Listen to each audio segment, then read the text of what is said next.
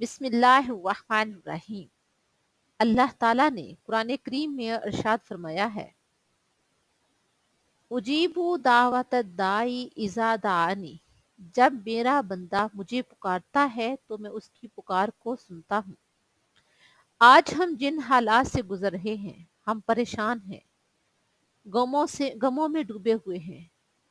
کسی کو کسی قسم کی پریشانی ہے اور کسی کو کسی قسم کی پریشانی ہے، اور کچھ قرض کی وجہ سے پریشان ہیں۔ تو آج ہم اپنے پیارے پیغمبر صلی اللہ علیہ وسلم کا بتایا ہوا وہ وظیفہ پڑھیں گے جس میں میرے پیارے پیغمبر صلی اللہ علیہ وآلہ وسلم اپنے ایک صحابی کو بتا رہے ہیں کہ آپ یہ پڑھو تو اللہ تعالیٰ تمہیں غموں سے دور کریں گے اور قرض سے نجات دیں گے۔ ایک دن رسول اللہ صلی اللہ علیہ وآلہ وسلم مسجد میں تشریف لائے۔ داخلہ رسول اللہ صلی اللہ علیہ وآلہ وسلم ذات یوم مسجدی، ایک دن رسول اللہ صلی اللہ علیہ وآلہ وسلم مسجد میں تشریف لائے۔ فَإِذَا هُوَ بِرَجُلٍ مِّنْ انصار، تو اس وقت انصار کا ایک آدمی وہاں بیٹھا تھا۔ یُقَالُ لَهُ ابو امامہ جالس فیہ، جسے ابو امامہ کہتے تھے۔ جب آپ صلی اللہ علیہ وسلم مسجد میں تشریف لائے تو وہاں ایک صحابی جنہیں ابو امامہ کہتے تھے وہ مسجد میں بیٹھے ہوئے تھے۔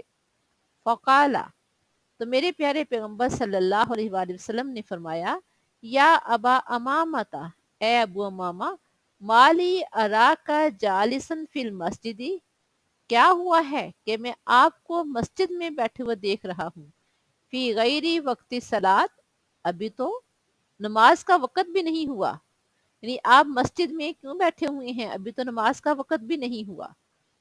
فقالا، تو ابو امامہ نے کہا، ہموم لازمتنی ودیون یا رسول اللہ صلی اللہ علیہ وآلہ وسلم، اللہ کے رسول، غم بہت ہیں اور قرض بہت زیادہ ہے۔ قالا، تو رسول اللہ صلی اللہ علیہ وآلہ وسلم نے فرمایا، افلا اعلمک کلاما، کیا میں تمہیں وہ کلام نہ بتاؤں، اذا قلتہ، جب تو وہ کہے گا، اذهب اللہ عز وجل ہمک، تو اللہ تعالیٰ تیرا غم دور کر دیں گے، وقضا عنک دینک، اور تیرا قرض بھی ادا کروا دیں گے۔ تو میرے پیارے پیغمبر صلی اللہ علیہ وسلم نے فرمایا، قالا، تو آپ صلی اللہ علیہ وسلم نے فرمایا، کل اذا اصبحت و اذا امسیت، جب آپ صبح و شام، جب صبح ہو یا شام ہو تو آپ نے یہ پڑھنا ہے۔ کیا پڑھنا ہے؟ اب ہم اس وظیفے کو دیکھتے ہیں۔ وہ میرے پیارے پیغمبر صلی اللہ علیہ وسلم نے بتایا ہے کہ ہم نے صبح و شام جو پڑھنا ہے، جو آپ اپنے صحابی سے کہہ رہے ہیں کہ آپ نے یہ صبح و شام پڑھنا ہے، تو انشاءاللہ اللہ تعالیٰ آپ کے قرض کو ادا کروا دیں گے اور آپ کو غموں سے نجات دے دیں گے۔